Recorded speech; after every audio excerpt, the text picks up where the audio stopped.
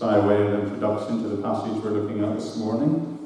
We're not going to have the scriptures read in quite the same way as normal this morning, which may become obvious when we approach what the scripture is.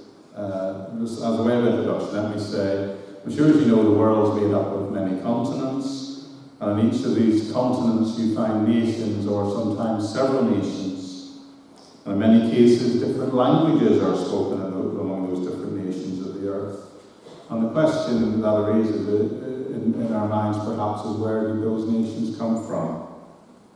Well, for the answer to those questions, and I believe to a great extent, we can find some answers in Genesis chapter 10, which we're looking at today, and chapter 11.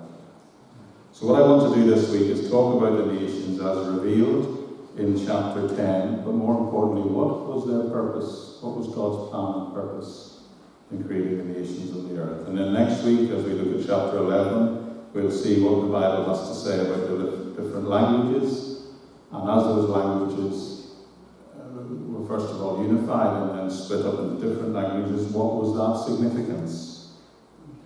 What we're going to talk about this morning is the nations. Where did they come from and why? Now, there's some fascinating stuff we're going to have to wade through, but we've got to go through some pretty thick underbrush to get to it. One of the most famous archaeologists of the 20th century was a man named W.F. Albright, and he said this concerning Genesis chapter 10, and I quote, "Genesis chapter 10, it stands absolutely alone in ancient literature, without a remote parallel even amongst the writings of the Greeks.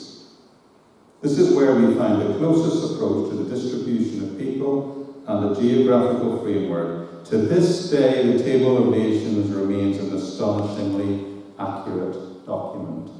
Isn't that interesting? So that's why this chapter is commonly referred to by many as the Table of Nations, and it's considered amazingly, astonishingly accurate. And he noticed it based on what he saw from his archaeological point of view.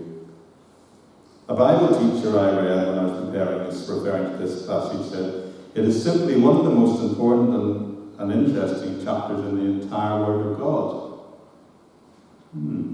But when you read it, and when you look at it, frankly, it's just a long list of names. And you might be forgiven for saying, it's a bit boring. I mean, it's a bit like reading, those terms and conditions you get when you buy a new iPhone? You just go, accept. In preparation of this, one of the commentaries I lifted off my shelf said this, I quote, "It may be very well questioned whether a man," that's a bit sexist, "should ever even preach on this chapter of Genesis."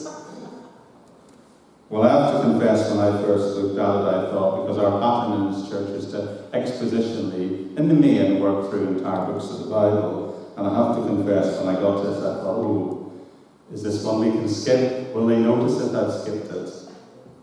But we're going to go through it this morning, and we're going to dig deep, friends, because what on the surface may look unimportant turns out to be vitally important when understanding God's salvation plan for all of humanity, and that, of course, includes you and I and everybody in the town of Livingston St. Anne's.